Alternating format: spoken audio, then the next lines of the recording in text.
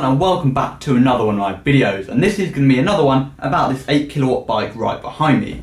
This time I'm going to be showing you how I lace the 18-inch motorcycle rim to my Vector hub, which has space for 2 disc brakes either side, which will line up with my fork and potentially give me better braking performance, fade and all of that good stuff.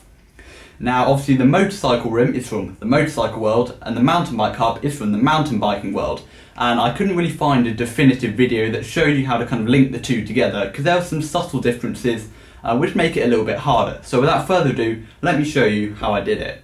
So in front of me I have all the things that I've used to build the wheel. So here's the hub itself, which as you can see it's just a standard hub, however it has these 2 mounts on either side, a nice 20mm diameter bearing on the inside.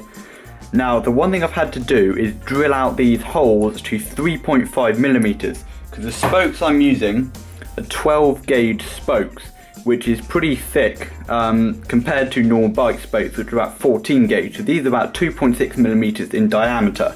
So in order to fit freely they need about an extra millimetre of clearance, and as you can see they fit just fine and wiggle around and all sorts. These here are called the spoke nipples.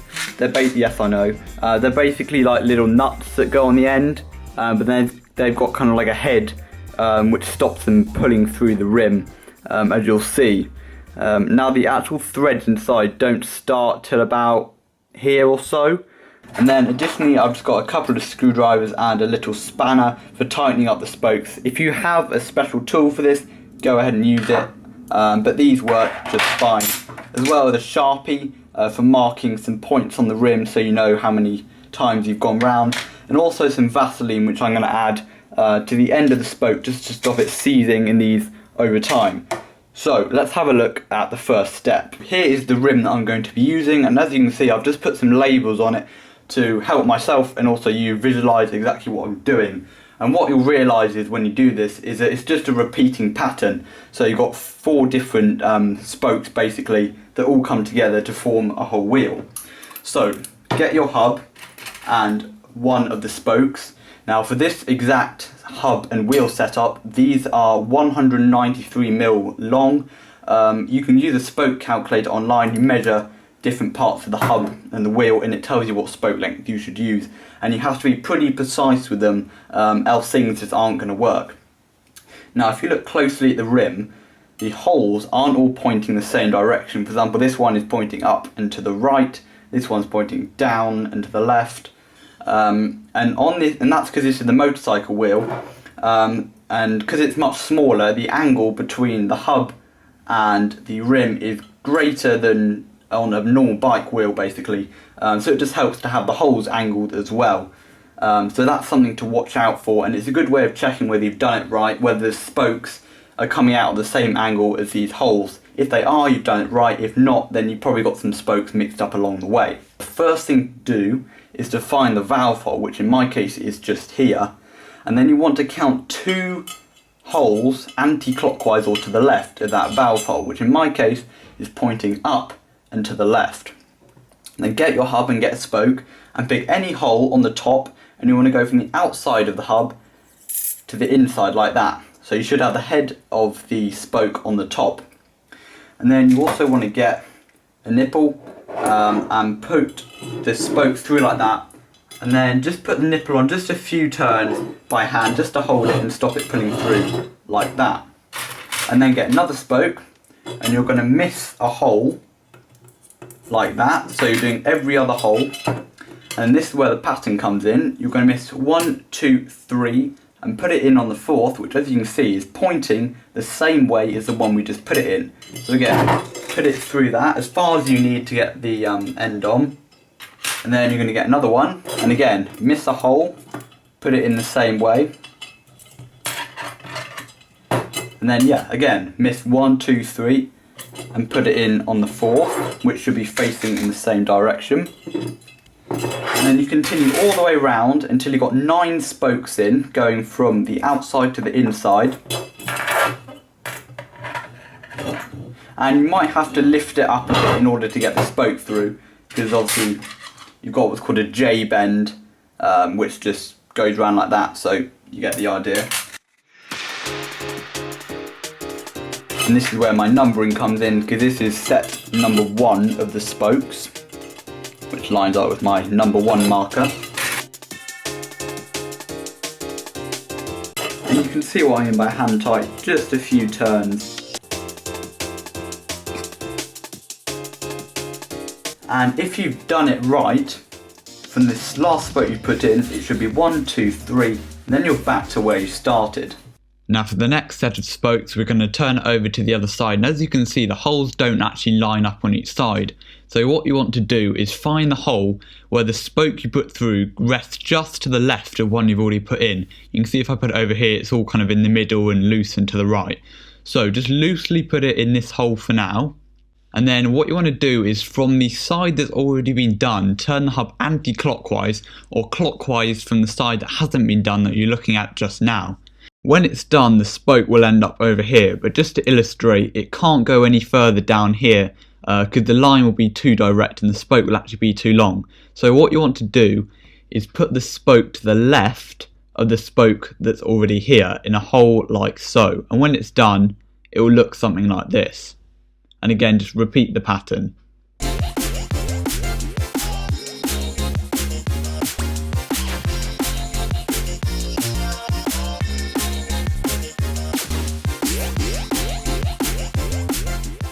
Right, so now that's the first and second sets done, we're going to start putting the spokes that go from the inside of the wheel to the outside. So just put one through. And what you want to do is cross it over the spoke immediately to the next of it. Like that, and then underneath the one that's 3 spokes away, like so.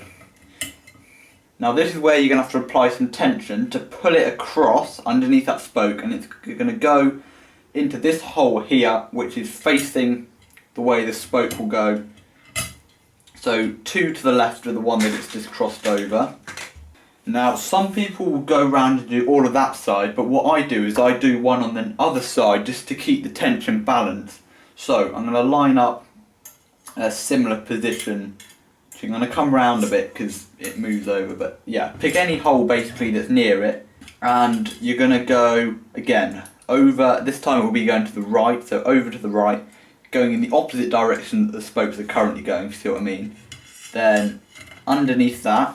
Now this is where it gets tricky on the other side, because you've then got to come back under in between these 2 spokes. So bend it as far right as you can, push the hub down, and you can see it just skims past. Now that will get harder as you put more and more on. You might actually have to like undo a spoke in order just to get it on. But yeah, and that again, that goes into whichever hole is facing this way. And then I go back to the other side and do one opposite, so kind of over here-ish. Notice how this one goes directly to the right of all the other ones, and if you spin it round, you can see 2 to the left is this one, which is free.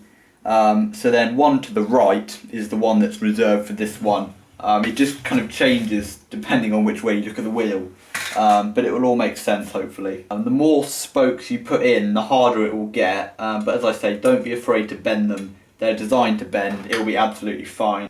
Now this is one where you can see I haven't got a lot of clearance, so what I'm going to have to do is just pull on it, push down on the hub, pull it through and bend this spoke outwards. There you go, and it just fits through. It's a tight fit, and that's just the way it is with this particular rim setup.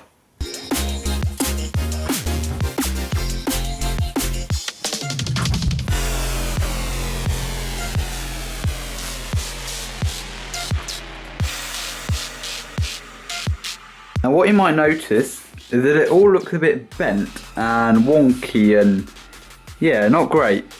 Now that's alright, because once we start applying tension to these spokes and start truing it, it will all straighten itself out and look something like this. So, let's go on to the straightening stage. The first step is getting the overall tension of the wheel right. So that means getting all these spokes to be under the same tension. Now a way that you can tell that the spokes aren't under equal tension is because this spoke nipple here is sitting quite low and flush in the hole, whereas these ones are sticking up and out. So what I do is I just go around and I tighten each one until it's just kind of sitting comfortably in the hole, not applying too much tension, just sitting there. Now this is where the permanent marker comes in, because what I can do is just colour in one of the nipples, and that means that each time I go around, I know that when I get back to the green one, I've done a full rotation. Sometimes also just pulling the spoke down so that the nipple will actually sit flush, just helps overall get the wheel nice and true. Some of them, like this one, you'll have to do quite a lot, and that's okay. This is why you don't do it too tightly, so that each spoke can kind of adjust as you go around the rim. Feel particularly tight, then just loosen them off a bit as well.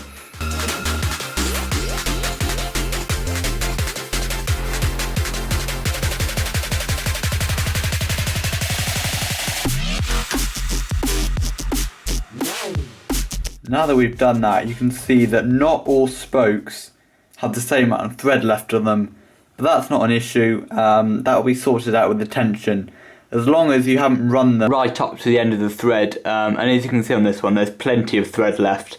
Now what I'm going to do is actually start applying a little bit of tension. So I'm going to turn each spoke about 2 turns. And once that's done, the wheel will start to look slightly less bent. But what I'm now going to do is go around and make sure they're all even more tight. So probably do an extra turn, maybe 2. Just make sure they all feel nice and tight. And once that's been done, the wheel does start to look a lot straighter. I don't know how much you can tell, but those spokes are definitely less bent. Now that even more tension has been added, you can see that it's looking much straighter. However, just to finish off, what you do is you just kind of squeeze the spokes like that, just to release any tension on kind of both sides. You might hear a few twangs or something. Just go around, make sure they're all as straight as they can be, and then flip it around. And for the full effect, why not add that brake disc on there? Not 1, but 2. Oh yeah, that's looking very good. So some tips that I learned whilst I was doing it were just to make sure that the spokes always align with the holes, and that you put the spokes in the correct order, and you keep the tension even throughout, just to keep things easy. Also, don't be afraid to bend the thick spokes, it's absolutely fine, and just use force to get them onto the other side if they won't go. And then when you're truing it, just make lots of small adjustments, and only do each spoke a small amount each time. This should make it all a lot easier.